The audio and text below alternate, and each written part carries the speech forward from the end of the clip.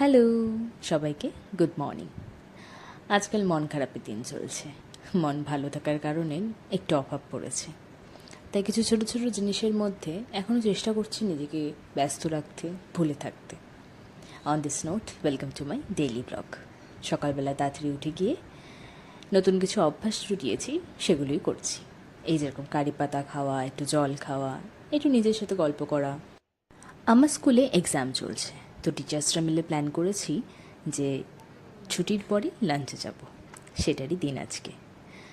চা খেয়ে আমিও জুটে গিয়েছি আমার ব্রেকফাস্ট তৈরি করতে। আমার সাথে হেল্প করতে বা আমাকে ডিস্টার্ব করতে এসছে আমার এক খুদে অতিথি। সম্পর্কেও আমার ভাস্তা, মানে আমার বড় জেঠু ছোটো ছেলের ছেলে। সারাদিন আমাদের বাড়িতেই থাকে, ওরা আমাদের সাথেই ওঠা বসা। আমার সম্বন্ধে একটা কথা আমি বলতে পারি, আমি খুব সোয়েটি, ভীষণ ঘামি।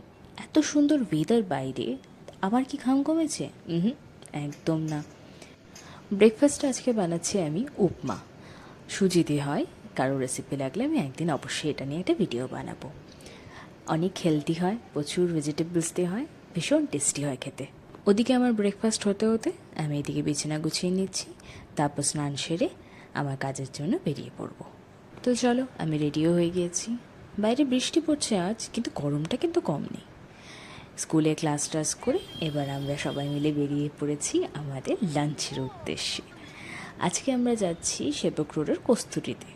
অনেকদিন ধরেই প্ল্যান করছিলাম কোথায় যাব।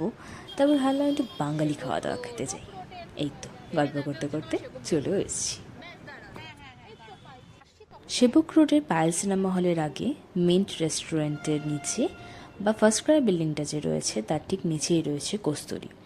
আশা করি অনেকেই দিচ্ছে না, অনেক পুরনো একটা রেস্টুরেন্ট, আমার মতো যারা চেনে না তাদেরকে জানিয়ে দিলাম। ভেতরে অ্যাম্বিয়েন্সটা আমাকে কলকাতার ভাইবস দিচ্ছিল, যদিও কলকাতারই একটা ব্রাঞ্চ এটা, তাই হয়তো। এরপর শুরু হয় মেনু নিয়ে ব্রিফ ডিসকাশন। অনেক আলোচনার পর আমরা কী কী নিয়েছি সেটা বলে দিচ্ছি। প্রথমে অর্ডার করে নিয়েছিলাম আম পান্না, তারপরে স্টার্টারে নিয়েছিলাম chilli fish fry and fish finger. Main কোর্সে অর্ডার করেছিলাম স্টিম রাইস উইথ কচু পাতা চিংড়ি আর ধনেপাতা কাঁচা লঙ্কা চিকেন, তার সাথে পোলাও আর মাটন ডাক বাংলো। ভিডিও শুরুতে একটা কথা বলেছিলাম, আজকাল মন ভালো থাকার কারণে বড্ড অভাব পড়েছে। যে মানুষগুলোর সাথে স্কুলের বাইরে হয়তো ঠিকমতো কথাও হয় না, দেখা সাক্ষাৎও নেই, তারাও কতটা খুশি দিয়ে চলে যায়। আজকে দিনটা সেরকমই একটা দিন ছিল।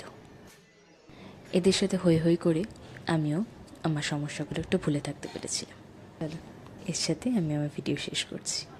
আবার দেখা হবে অন্য কোনো দিন, অন্য কোনো ব্লগে।